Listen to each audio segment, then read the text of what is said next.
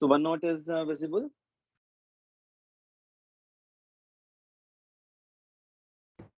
Yes, sir, it's visible. Okay, so we can start. So I will first take any specific questions. Anyone, if you attempted any problem from this problem sheet and have a query, please ask.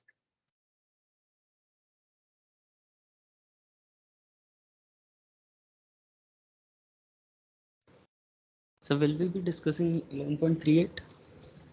Which one? 38, 11.38. 10.38. Okay, so what is that? Problem number 37, you mean? Oh, 37, sorry. Right. Yes, yes, I will discuss that.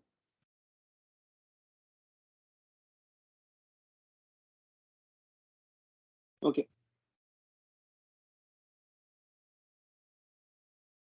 So these are some of the questions which were asked in tutorial, and these were mostly things which were I marked as do it yourself. Okay. So here I have provided some details of the same, how to essentially solve the questions asked there. So main thing was that for mixtures, this simple relationship that connects partial property to total solution property exists in this particular simple form for a binary mixture. Okay, it's completely general, no assumptions. All right, we have used the starting points have been the equation which were discussed in the lecture class. Okay, so I marked the equations also. Equation 12 was given, equation 16. So all of these are in the lecture class, and all you have to do is some kind of mathematical juggling. That's all. Okay. So as mentioned here,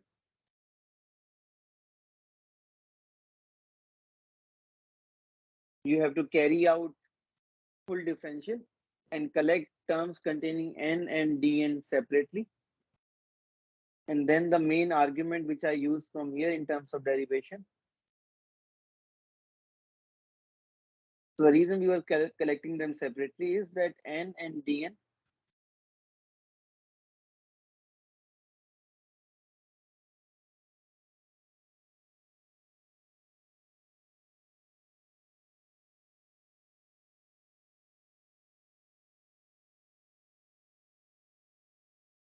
or rather than saying n and dn,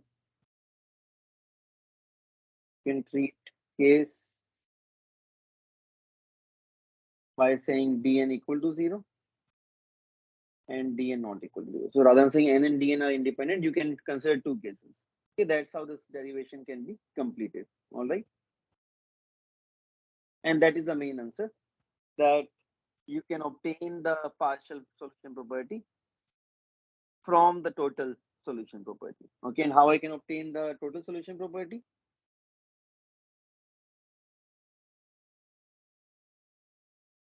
So for a binary mixture, only one composition variable. Besides that, pressure and temperature can be two other variables. Okay, so how do we obtain this?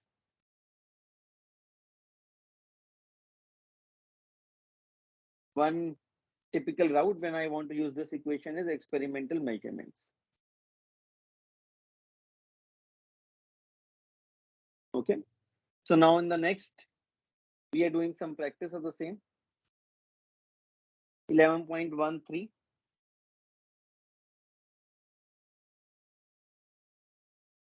So here it's basically what you have seen on the previous page. Total solution property is given.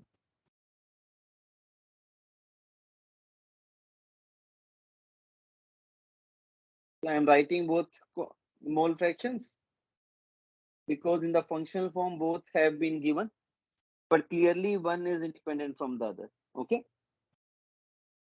So there are two ways of now solving it.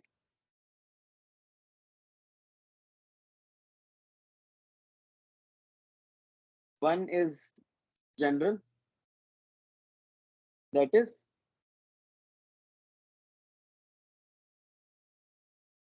applicable for any number of components. And that is what has been shown here. Okay, that you convert mole fractions to mole numbers. So in this approach, what I am doing here is by multiplying by n, I am converting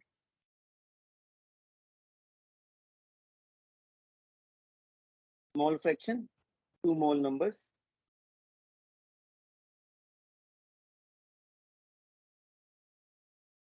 And then use definition of partial property,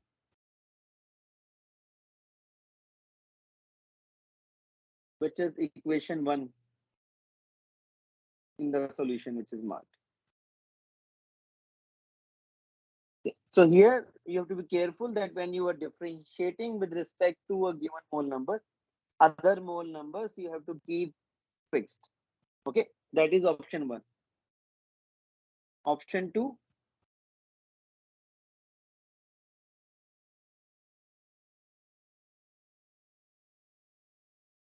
specific to binary mixture. So that I've just seen on the previous page. Okay, so I've given the relationships for which I can obtain the partial property from total solution property for a binary mixture. And the key here is I am differentiating m with respect to x1. Okay, it's a full derivative, it's not a partial derivative. It does not make sense for a binary mixture to say differentiate with respect to x1 while holding x2 constant. Why it doesn't make sense? The sum has to be one. Say it again. Both of the sum has to be one. मतलब n total. So Yeah, so mathematically you will say they are not independent variables, right?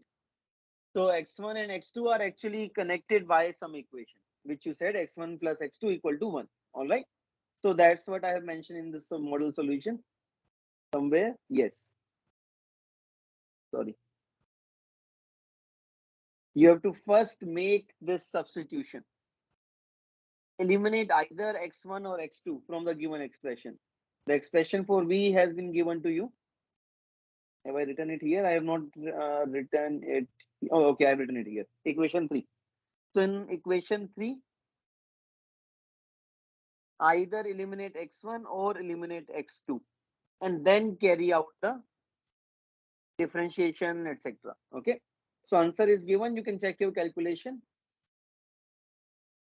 and then you have to plot it. And then I have marked some general observations.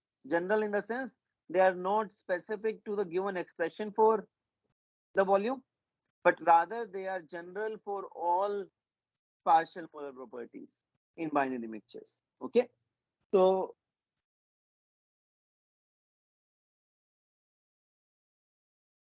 this is the first general aspect, that the slope tends to 0. So for V1 bar, the slope will tend to 0 when x1 tends to 1. Okay, and again the derivation of this, we have proven it mathematically in the lecture, and here we are just showing one example. But we have proven this mathematically in the lecture that indeed you can show that the partial molar property will approach 0 as the mole fraction of that species approaches 1. Okay, so those are the 2 points which have already been marked here. And the other 2 things which I have highlighted here are what are known as infinite dilution properties. Okay, so again, this is repeat of lectures, so I'm not spending much time on it. So on the other extreme, that is in the limit x1 tending to 0, the value of V1 bar we are saying is infinite dilution partial molar volume of species 1. Similarly for species 2. Okay, again, their relevance in the context of their link to molecular interactions has been discussed in the lecture class. Any query so far?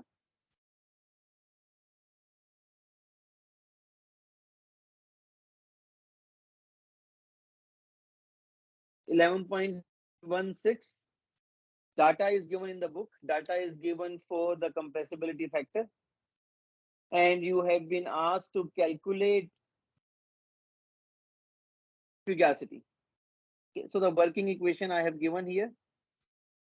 You will do numerical integration. The only point which is of importance here is stated here. Integrand value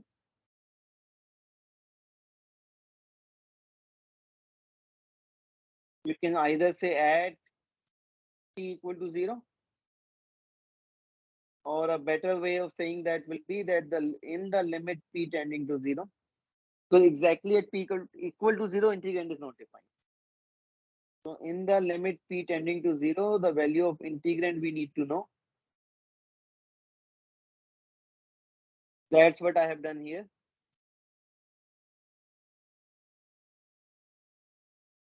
In the limit p tending to 0, you can prove that integrand will be equal to 0. Okay. After that, it's easy job. You can either use as I have given here. It's the second visual correlations to calculate the integrand. That again, it depends on the problem statement. There are many routes. Okay, just because for equation of state, there are many routes. So to do this calculation, this is just a pure species problem. So whatever routes were available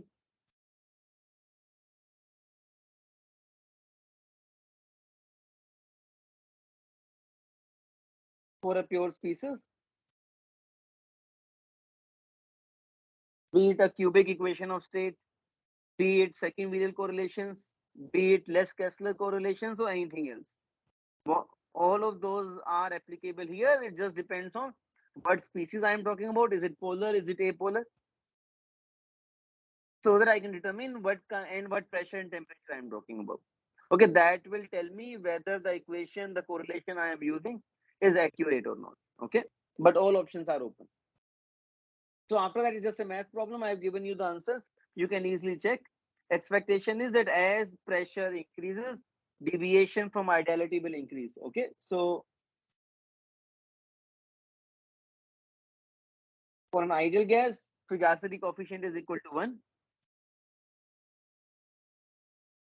As I increase pressure,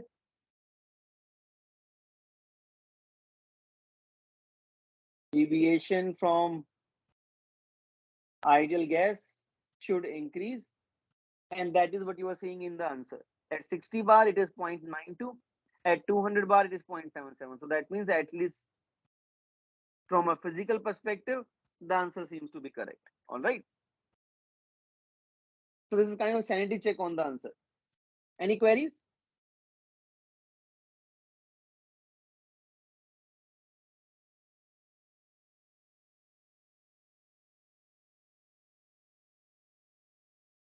(11.28) is quite straightforward. So whatever you did for volume, now you have to do for partial excess Gibbs energy, which we also say is the activity coefficient. Okay, so whatever you did in 11.13 to obtain partial molar volumes, in 11.28, expression for excess Gibbs energy is given. Again, in lecture class, it has been discussed what options are available to obtain this excess Gibbs energy. And now from excess Gibbs energy,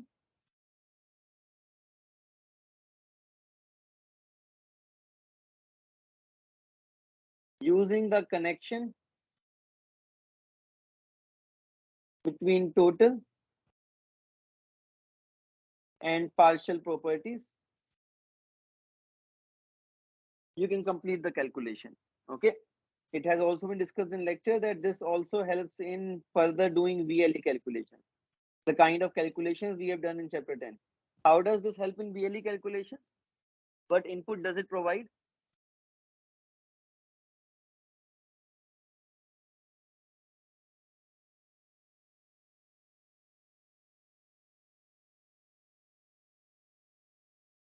Calculations of vapor liquid equilibrium, what input is being provided from 11.28?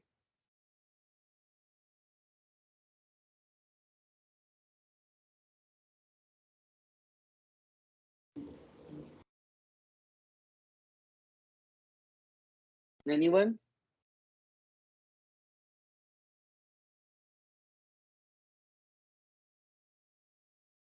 No, sir.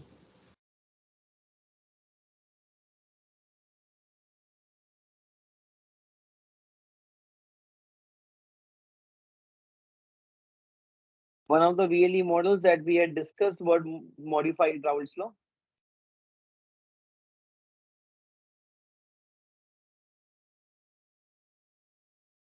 Again, all of this is various models for VLE. How these are obtained have been discussed in the lecture class. So here what I am doing is modeling the vapor as ideal gas mixture.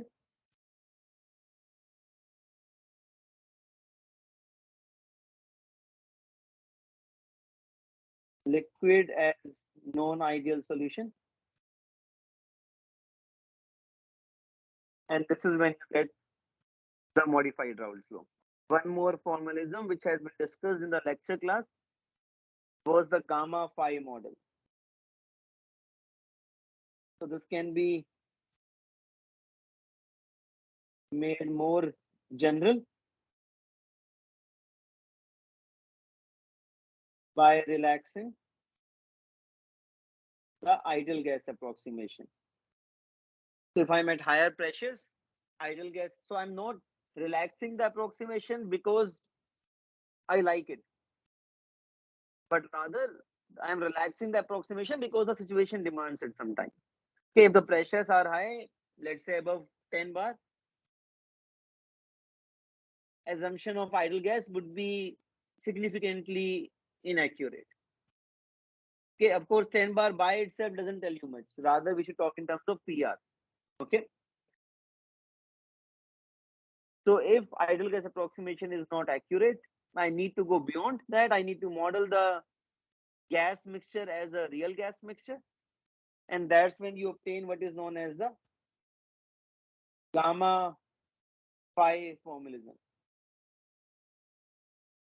So gamma indicates you are modeling the liquid as non-ideal.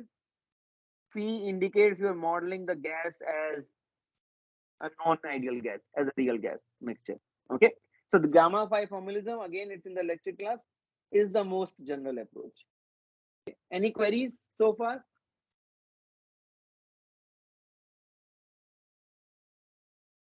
Okay. 11.37 is something which you wanted me to elaborate on. So a very brief summary is given here, but let me just elaborate on this. Okay. And I've given the answer. So I would highly recommend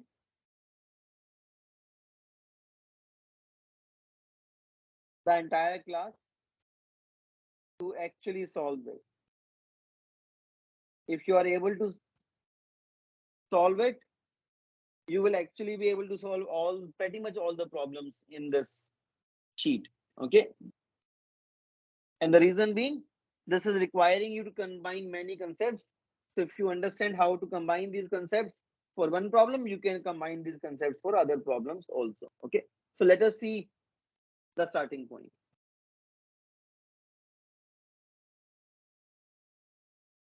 So system which is given to me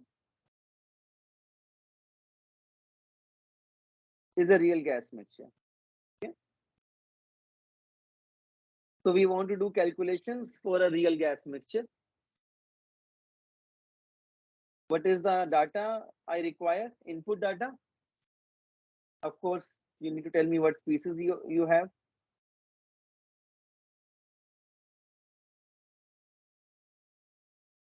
Okay. So defining properties of my species, composition.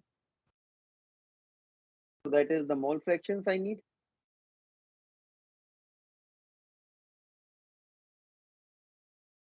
And some model for the compressibility factor. Okay, which for mixtures, the options are more. And again, the ones which are being used in industry are only being used after they have been tested against experimental data. Okay, so there are no kind of, so even for the pure species, there were no first principle rules. For mixtures, those rules are even less clear. So there's more ambiguity, more options available.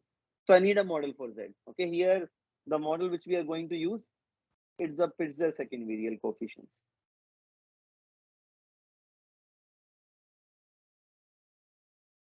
So Pitzer correlations for second virial coefficient, that's the full name. So if you want to maybe write it more accurately, it's the Pitzer correlations for the second virial coefficient. That is the accurate way of stating it.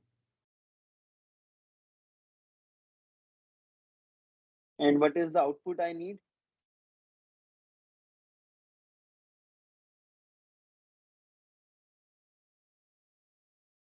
Mixture properties. Okay, so fugacity, or we should put hat here. So fugacity or fugacity coefficient, whatever you want to call it, and the residuals on enthalpy, entropy, Gibbs energy. Okay, that is what I need as output.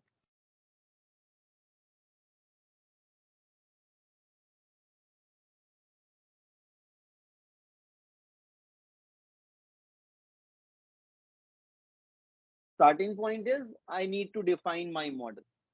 Okay, if I don't do this, I cannot make any progress. So as I indicated above, I'm going to use Pitzer correlations for the second virial coefficient. So this is my starting point. Here now B would be the mixture second virial.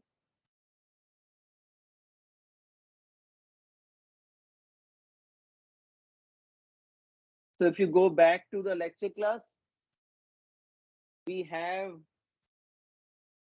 a formula for the mixture second virial also. So this B, which is a mixture property, was written in terms of 3 second virial coefficients.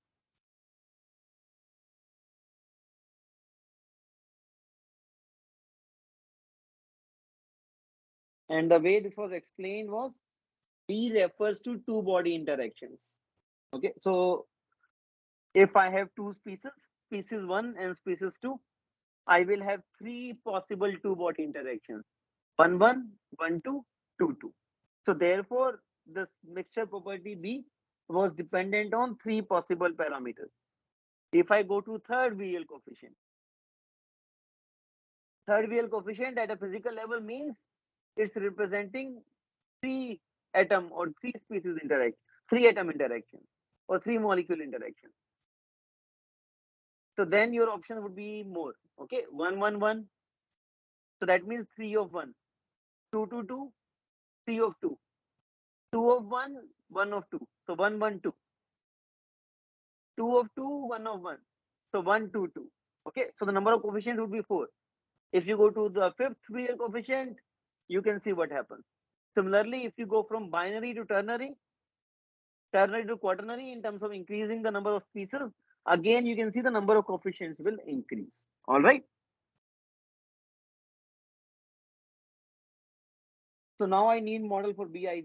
So I'm going one step at a time. This is where I'm going to use a Pitzer second virial correlation. Exactly same as in chapter 3.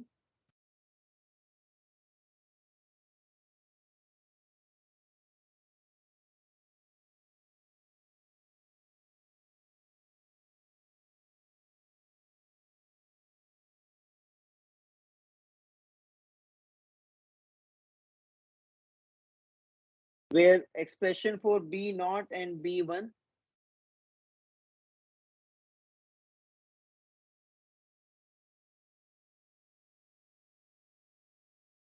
directly taken from chapter 3. In my textbook, it is equation 3.61, 3.62. In your version, it might be different. But point is, B naught, B1, we are taking as it is from the pure species part. Okay. And now these three parameters are mixture parameters.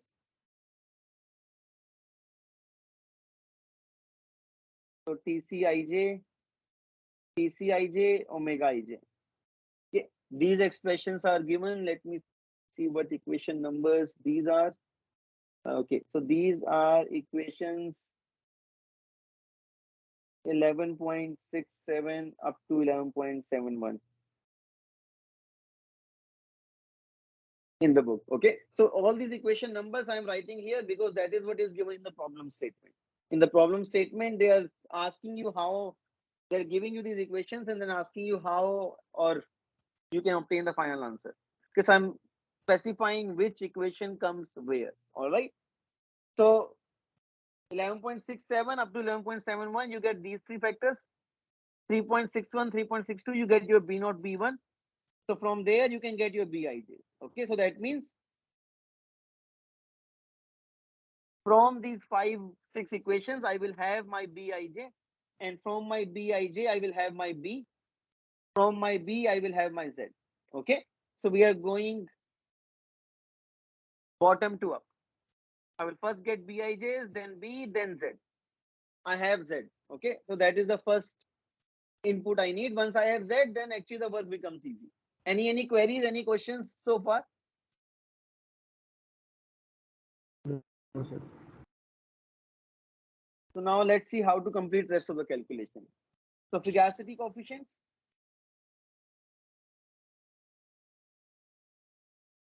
Again, the equation is directly available in terms of Bij, which we ultimately wrote in terms of these three factors, B11, B22, and delta 12. Okay, so this equation number I don't have, but again, this equation is present in the lecture also. We'll just show you one of the two.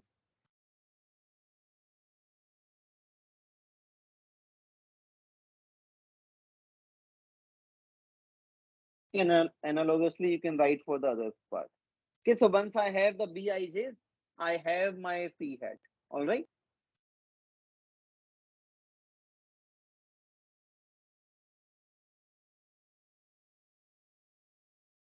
Then I'm going to use GR as my generating function.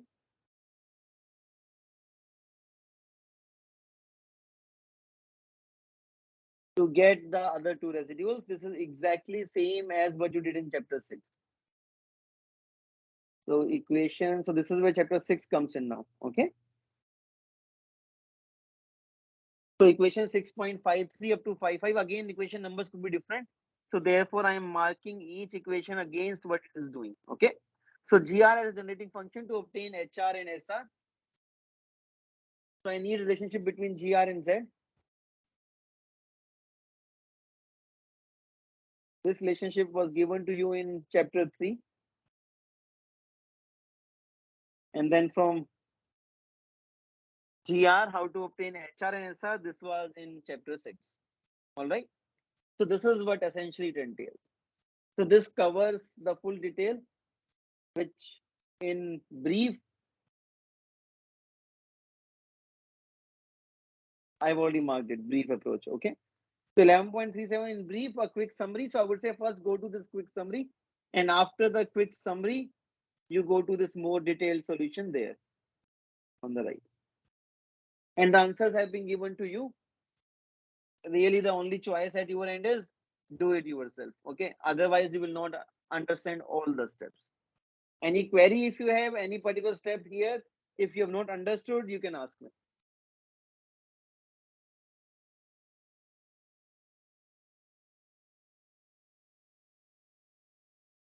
So these TCIJs are a function of species now, not the condition of the solution. Yes, they are dependent on individual critical constant values.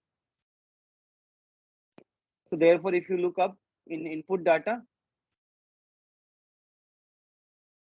I have mentioned this TCPC omega. So this TCIJ, the mixture property, would be taken from the individual species value.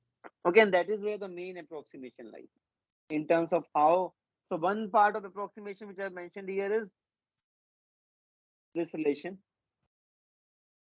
What is the constraint on use of this relation?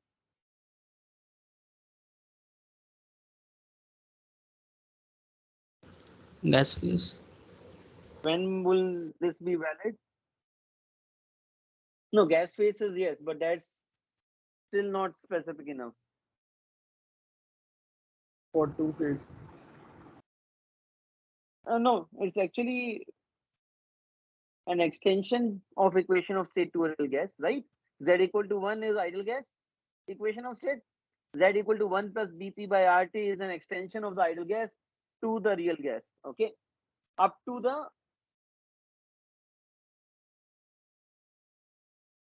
you can say first term in Yes. real expansion, okay? Or whatever you want, up to the second real coefficient. So only one correction. So that means it is valid. Low pressure conditions like two body interactions only are considered. So low pressure region. And how low?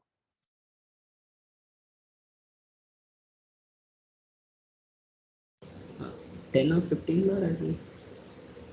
So it will depend on TR values, right? So there is a figure in chapter 3, I believe, where they are comparing the less Kessler correlations against Pitzer second virial coefficient. So Pitzer correlations for second virial coefficients have been compared against less Kessler correlations. Less Kessler correlations are based on more accurate equation of state. So in chapter 3, there is a figure where, as a function of PRTR, you are shown the region of validity of the Pitzer second virial correlations. That would be the applicability of this equation. Okay, so that is your first approximation here. Second approximation, as I mentioned, is coming here.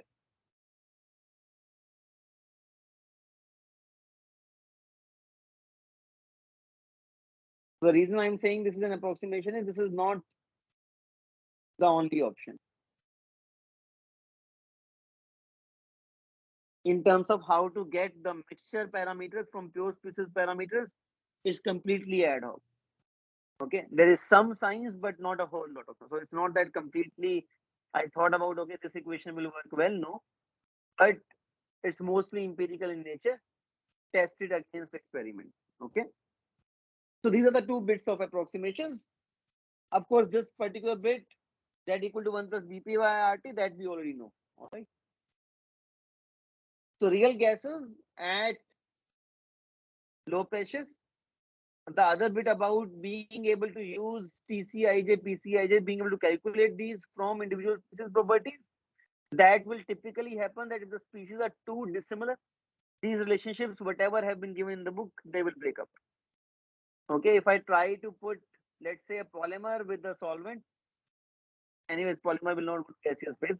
So, but even let's say water with some very hydrophobic component, okay, let's say benzene, such relationships might break up. Okay, they might not be valid.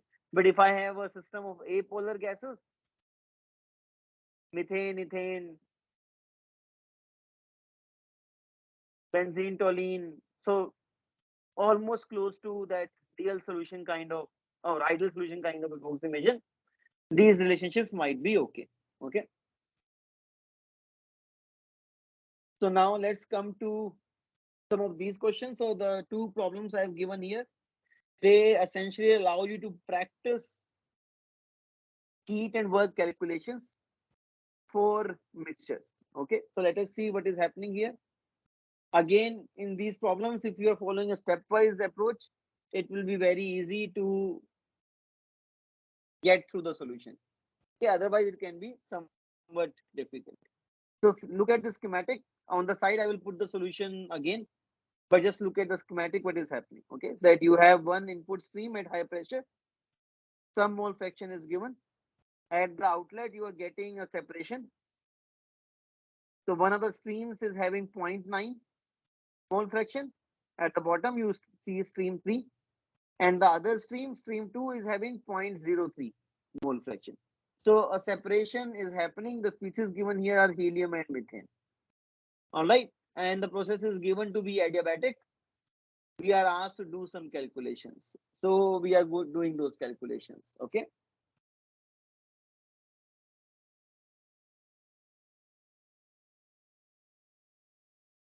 So I first use chapter 2.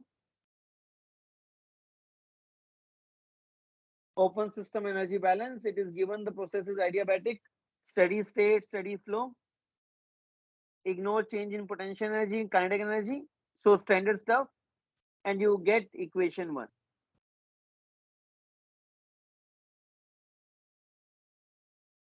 Species balance, you can eliminate one of the variables. So we do that. This is the important part. How to calculate enthalpy change for the flow streams. So here notation we have to be careful about.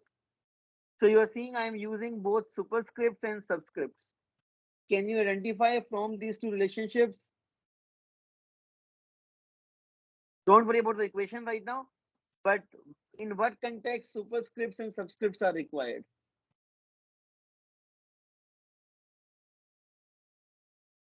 What is being denoted by superscripts? What is being denoted by subscripts?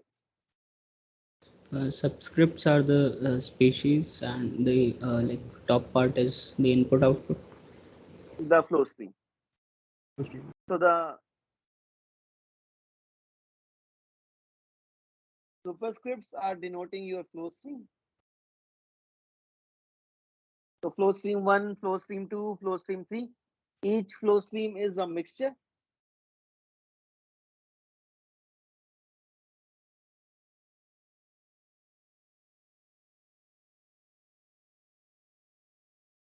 So the subscripts are denoting your species. Okay.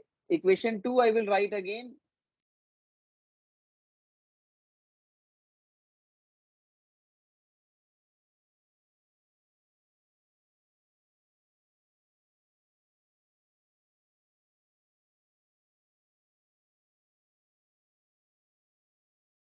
Or maybe you try writing it. I give you a few minutes.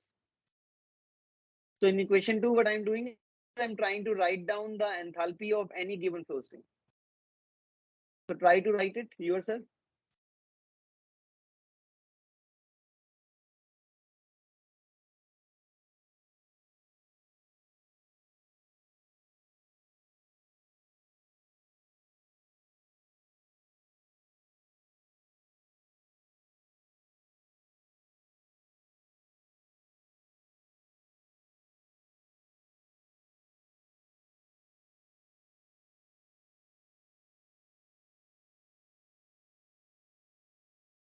Total enthalpy of flow stream J would be equal to the moles or molar flow rate, whatever you can either use flow rates or you can just use mole numbers as long as you're clear what you're doing. So here I've taken my basis as 1 mole at the inlet.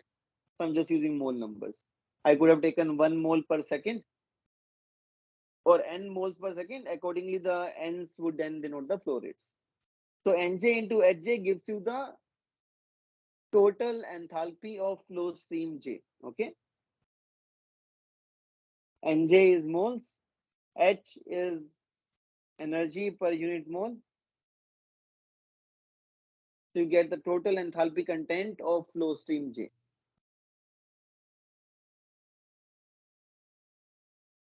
The relationship is available in the lecture.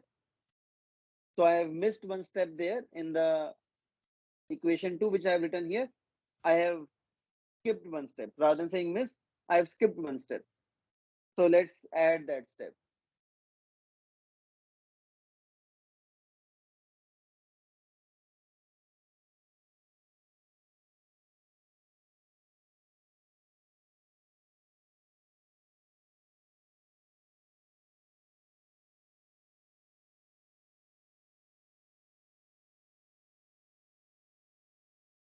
And the reason in the partial molar enthalpy I am putting a subscript J is to indicate that this calculation needs to happen at the conditions, PT conditions,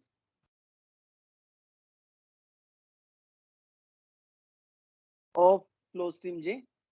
Further, the partial molar properties can themselves also depend on composition.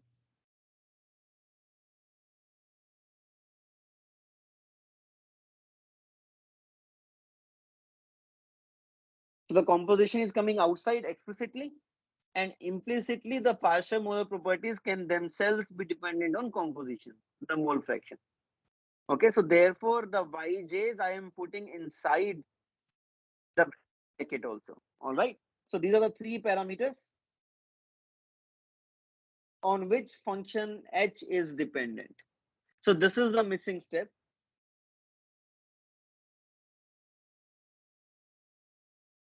if you model this mixture as an ideal gas mixture.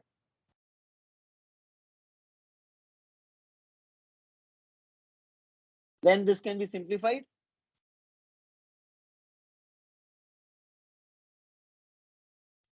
What is the value then?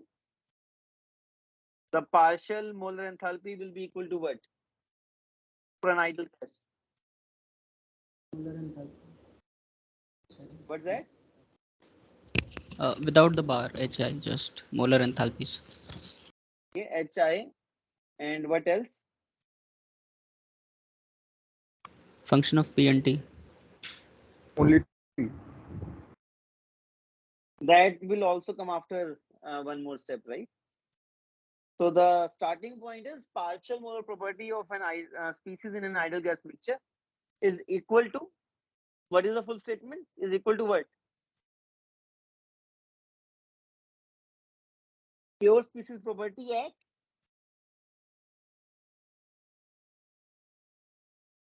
its partial pressure in the mixture and the mixture temperature. That is the full statement for the partial molar property of a species in an ideal gas mixture. It is equal to the pure species property at the partial pressure of the species and the temperature in the mixture. That is the full statement. Okay, now yes, someone was saying that now further what I can do is, what was the next further simplification which is possible? Only to temperature, like for ideal Only gas. temperature, because enthalpy of ideal gas is not a function of pressure. Okay, but remember for entropy you cannot do that. Okay, so that is why I'm putting this general approach here. So for as far as enthalpy is concerned, this can be further simplified into saying that it is only dependent on temperature of the flow stream. So put this in here, and that is what equation 2 is showing. Okay, I've cancelled out this YIP term. You are left with T only. Okay, now read the next part. In equation 2, what you have absolute enthalpies, but I do not know how to calculate absolute enthalpies. I only know how to calculate enthalpy changes. That is the next component of this problem. Okay, so first, in a way, you can say I'm kind of proceeding mechanically.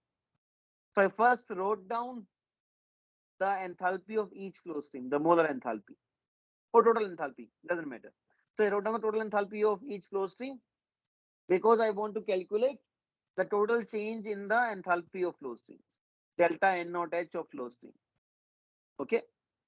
Then what I am left with is absolute enthalpies of pure species at some P and T. P is irrelevant here because it's an ideal gas. So I drop P also, but still I am left with absolute enthalpies. All I know is how to calculate enthalpy changes. So I have given two options. Option 1, you define a reference for each species. So for example, if I define P naught T naught as a reference, then an absolute enthalpy of the species I at pressure P, temperature T can be written as the enthalpy change from P naught T naught to the target point plus the value of reference enthalpy. You insert equation 3 in equation 2 and further equation 2 into the overall equation, which is delta N naught H Fs. What will happen? What is the expectation? What will happen to this reference? References will cancel out. Reference will cancel out. You can see, right? Because mole balance is still being maintained. Okay, N1 is equal to N2 plus N3. So N2 will multiply HI P naught T naught, N3 will multiply HI P naught T naught, and 1 will multiply HI P naught T naught. So therefore reference will cancel out. Why doesn't the other part cancel out? Delta HI. That is also being multiplied by N2, N3, N1. But sir, the values are different for the pressure, temperature, P naught, T naught. PT, For P naught, T naught are not different. P naught, T naught are same. That is why HI, P naught, T naught is cancelling out. So reference is not different, but P and T are different. Each flow stream, 1, 2, and 3, in general, they will be at different pressure and temperature. Therefore, this delta HI term is not cancelling out, but HI, P naught, T naught is cancelling out. Okay. So again, all of this, unless and until you actually do these steps, you will not learn as well. All right. The other option which I mentioned is you use the mass balance first. Okay, so that is one option. Option one. Option two is the other way around. You use the mass balance first. So you insert Ni1 equal to Ni2 plus Ni3.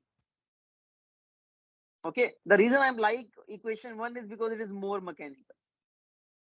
You increase the number of components that you increase the number of flow streams. You have 2 input flow streams, 3 output flow streams, does not matter. So I can very easily write a code for this. That is why I prefer option one. But if you're doing on pen paper, sometimes option two will be faster. All right. So therefore, I'm giving both options. So insert the mass balance. And as soon as you insert the mass balance, you would again see these enthalpies will go to enthalpy differences. Okay, that's what I've written here.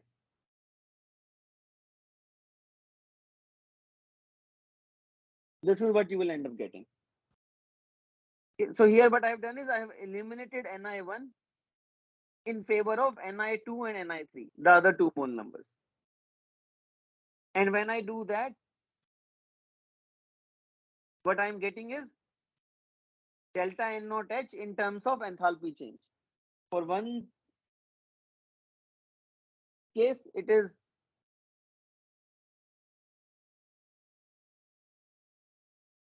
multiplying by mole numbers of flow stream 2.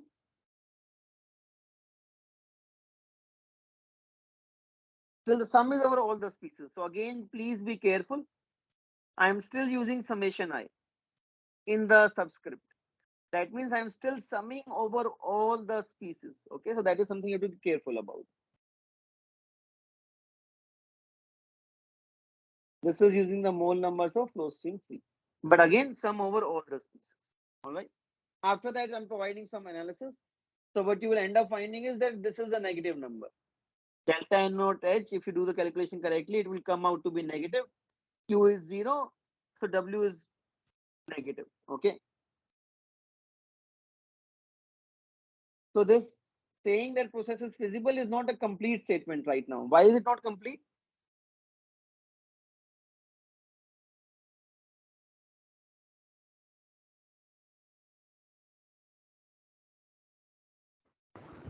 entropy. Entropy, right? That is the mean. This is just saying your maths is fine. Okay, this is just saying that okay, you said work must be negative. That means we said I want to extract work out of this separation process. And so far we are saying that okay, it seems it is possible. Okay, at least delta N naught H didn't come out to be positive. So now we go to the second part. Sir, So I have a exactly doubt same with this part. calculation. Yes, yes, please ask. Sir, why we won't use a flow stream one here? I mean, we No, we have are added for using two and we are using flow stream one. All I am doing is I am making the substitution. I am eliminating oh, the mole number of flow stream one. okay, sir, I got it. I got it. Okay, but you see what is the temperature of flow stream one? 117 degrees Celsius, right? You can see in this expression 117 Yeah. degrees Celsius is coming. Okay, Yes, in both of them, yes, sir. all right. So you repeat the exact same steps for entropy. The only difference would be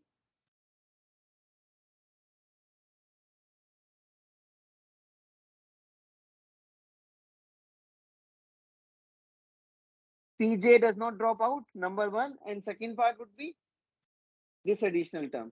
Why this was not present in enthalpy? In enthalpy, I only had the first term.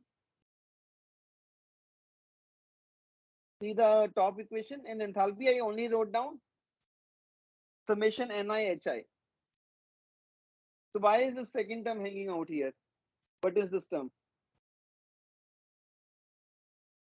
Sir, because I think because of change in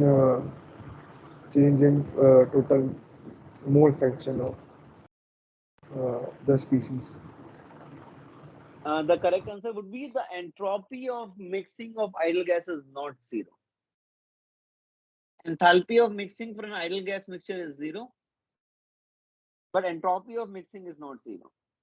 Okay, therefore the second term is coming. And again, of course, if you go to the lecture class, the derivation of these equations is given. So therefore, I'm not doing it again here, but both the enthalpy as well as the entropy calculations for an ideal gas mixture have been given in the lecture class. So you can directly see from there. All right. But here I'm just telling you that these are the terms you have to be careful about. Do not replicate as it is, but we are replicating the concept. So So, sir, now here, basically, it is yeah, like go ahead. the first term is due to the summation of all the individual species, and then it cost for mixing them up this much entropy to be taken in account, which in enthalpy case was zero because mixing won't require any enthalpy.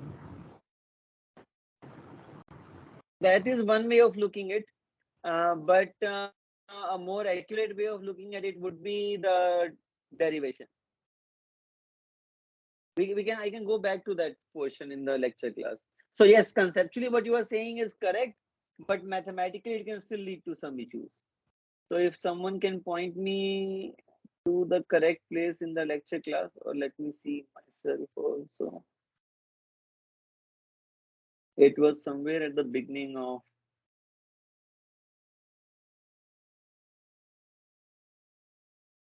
yes, so lecture 17, if I go to,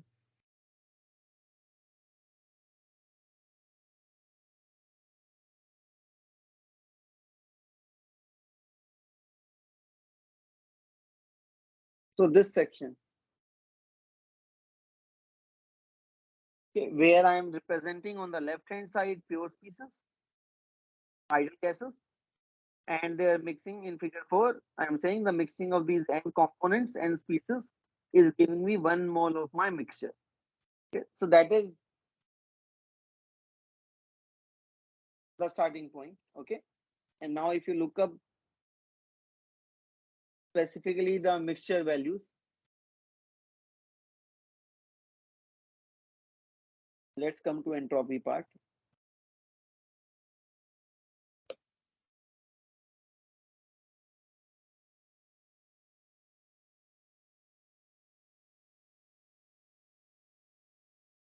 So this is our definition, entropy change of mixing.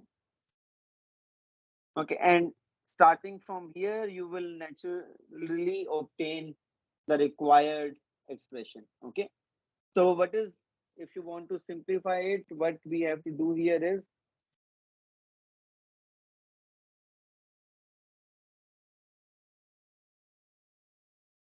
write down the mixture property. So what is the definition of mixture property? S will be equal to what?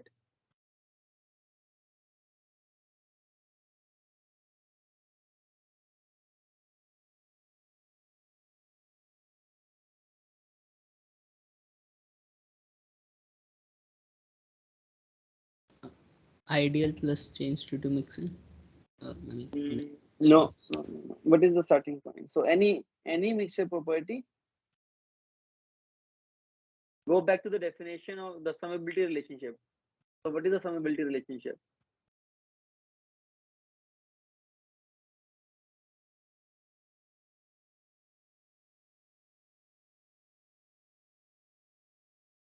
So the lecture material, I think, needs so please revisit that lecture material. Okay, so summability relationship relates the total property or the solution property to the partial molar properties. That was the main reason to define partial molar properties because they give you the mixture property. We are using yi's here, so I will use yi. This is the starting point. Completely general, no approximation up to this point. Okay. And now we had for the special case of ideal gas, a simplification. What was that simplification? Gibbs theorem for partial properties of an ideal gas mixture. So what was that stating?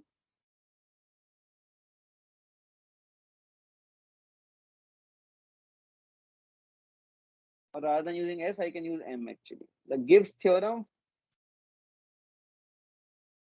for the partial property of a species in an ideal gas mixture said that the partial property, which in general would be a function of pressure, temperature, and composition, is simply equal to property of the pure species as an ideal gas at the partial pressure in the mixture and the mixture temperature. This was valid for all except for volume. Okay. And that is what has been done in this lecture. Okay. So I'm just repeating part of it, not the whole of it.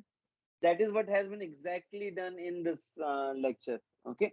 How to obtain these properties. So this is what is being used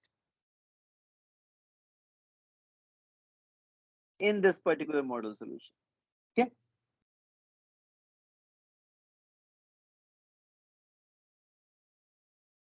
Rest of it is same.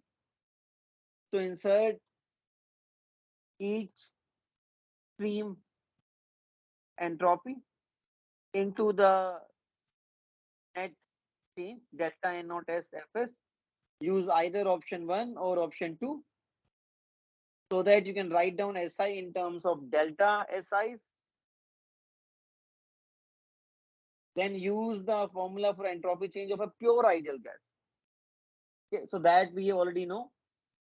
Entropy change of a pure ideal gas as temperature changes, Cp dt by T, as pressure changes, minus R dP by P. So the entropy change of an ideal gas from any P naught T naught to a Pi Ti, I already know how to calculate. So use that formula. And finally, I'm giving you the answer so that you can check your calculation. And this is what you will end up getting. This by itself does not say that the process is not feasible. The correct quantity would be calculate SG naught and then you can comment on the validity. If SG naught is greater than or equal to 0, the process would be treated as feasible. If this quantity is negative, this violates the second law. Okay. So delta N naught S of flow streams does not give you the answer. Rather, SG naught will give you the answer. So here you can see I'm using chapter 5 also. So in solving this problem, I have used concepts from chapter 5, chapter 2, and of course chapter 11. In the previous problem, we used chapter 6, chapter 3, chapter 11, etc. All right. So therefore, it is important for you to really understand how to do these calculations for mixtures. And it's kind of repetitive. If you can do it for a few problems, you can do it for all problems. So this is the ideal gas practice. Now let us do any query on this.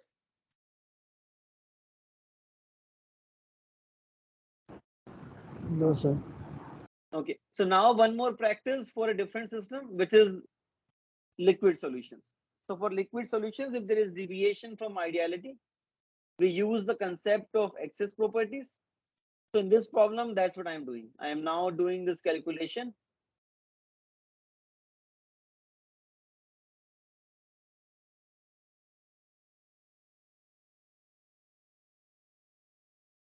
for a liquid system.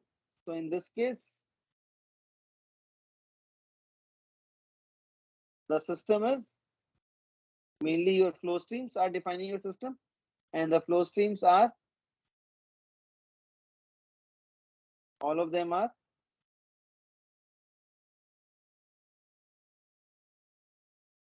liquid solution.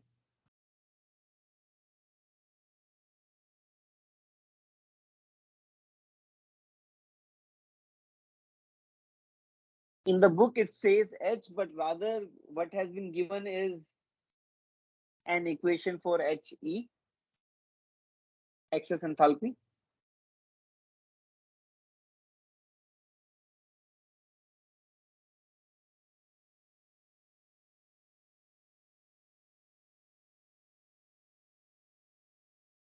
In joules per mole.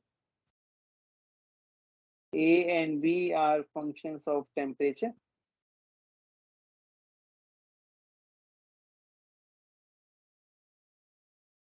And typically for liquids, we do not account for pressure dependence. Okay, so that is what is essentially the given information. Steps you would see will still be very similar to what you did for the ideal gas case.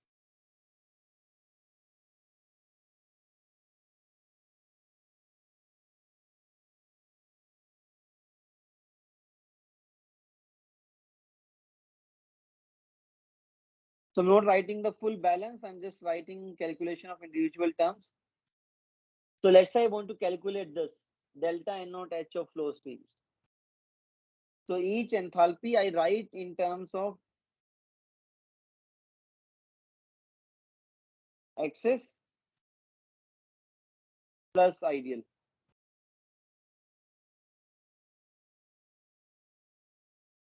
Separate out the two.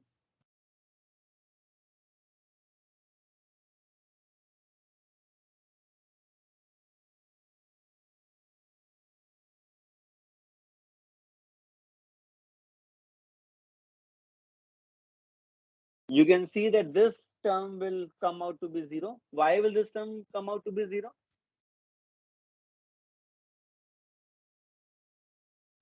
No, like the enthalpy which is entering and exiting is same.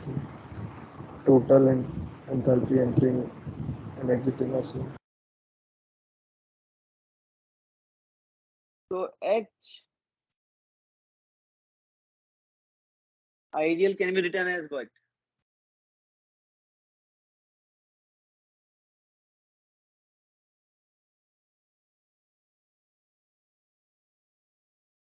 So again, I think this practice is required.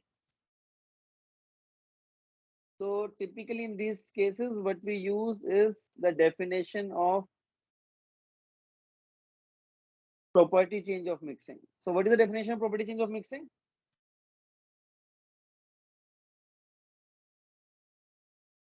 It is the property of the solution minus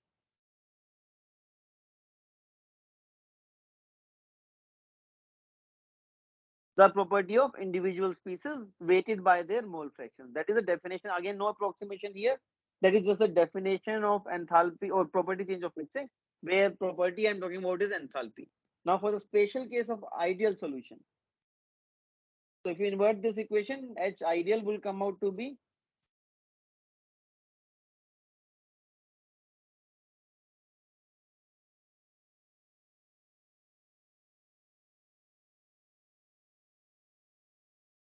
represented by this particular equation.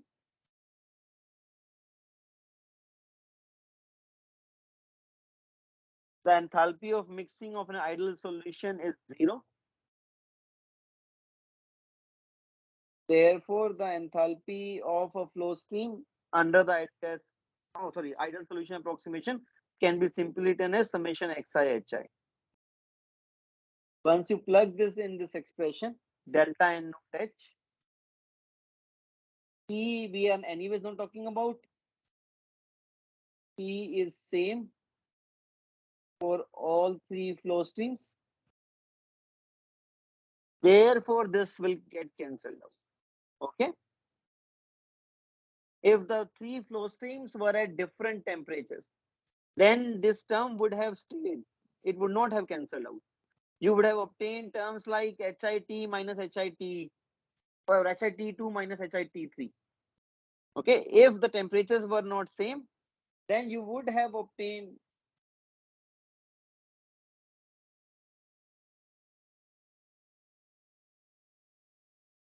if any of the temperatures were not equal, then in this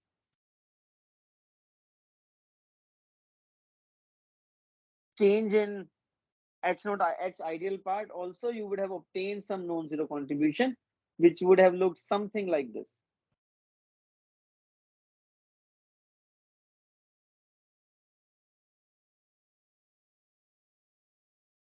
Cp into T2 minus T1. Okay.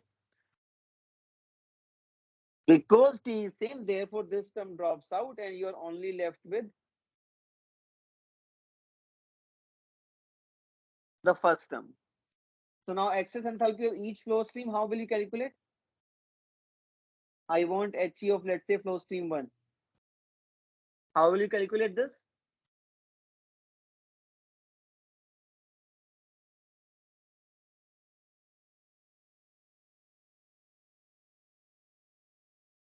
A and B you have to calculate only once because temperature of all three flow streams is same. Plug in the composition values x1, x2, and that's how you can calculate HE of the three flow streams. And once you calculate HE of three flow streams, you can get your total enthalpy change. And then you can do your heat and work calculation. Okay. So here the only part is how to calculate the enthalpy change of the flow streams. Beyond that, it is same as chapter 2, open system energy balance. Okay, we are also being asked to calculate specific heat capacities. That is again straightforward. The equations are given here. Any linear relationship for pure species, exact counterpart exists for relationship between partial properties. Again, that has been given in the lecture, that any linear relationship can be taken to express relationship between partial properties. So if I want partial specific heat capacity, this is the starting point.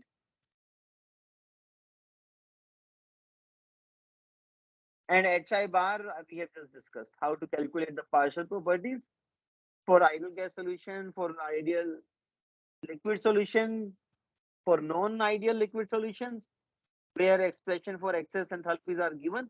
All of those have already been discussed. So you can complete this calculation also. Okay. This actually I've already discussed. Here they are actually asking you to do VLE calculation, but instead of giving gamma, the activity coefficient, so it is given to us, I can use the modified Raoult's law. But if I go to chapter 10, what you will see is directly gamma i's have been given to me. In this case, rather than giving gamma I,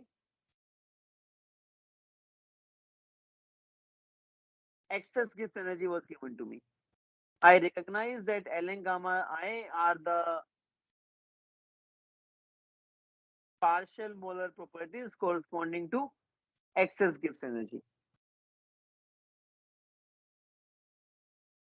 So this we have already done. Okay, which problem number was that where we have done this calculation of Ln gamma I from GE 11.28, I believe, right? Yeah. So in 11.28, I have already discussed this, how to calculate activity coefficients from excess Gibbs energy.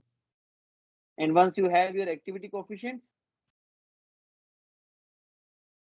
you can use the modified Raoult's law. Okay, so rest of the calculation is same as done in chapter 10.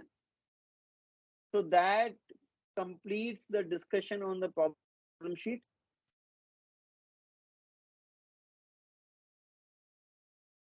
We have a few minutes. If you have queries, please ask.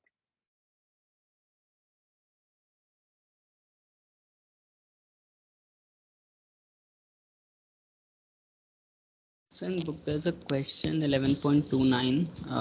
It says we have to prove that gamma equals to phi I tilde upon phi I. So wasn't this our definition? Like,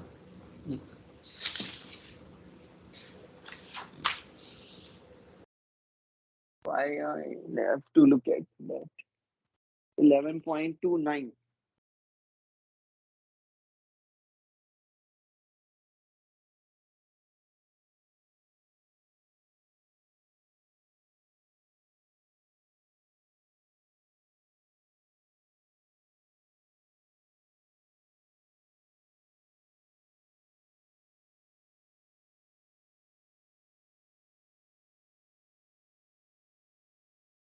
No, that is not the definition, right? What is the definition?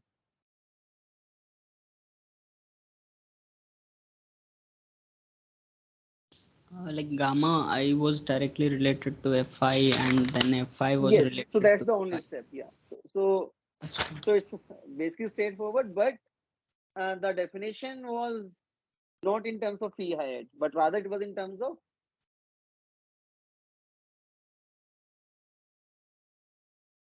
Fi, fugacity.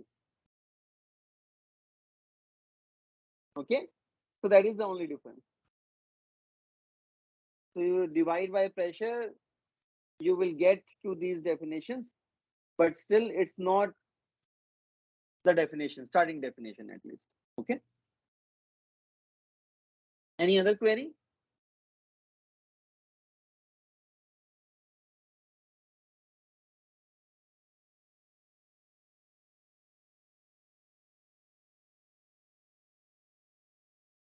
Okay. So we can close the session.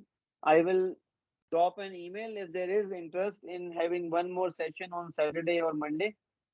The class has to let me know, and then I will schedule that session. Okay. Sir, via mail or what? No, I will put a OneNote page. If there are people who express interest, they just have to put a yes, and I will then hold an extra session. Okay. Okay, sir. Sir, Yes. can you suggest something about this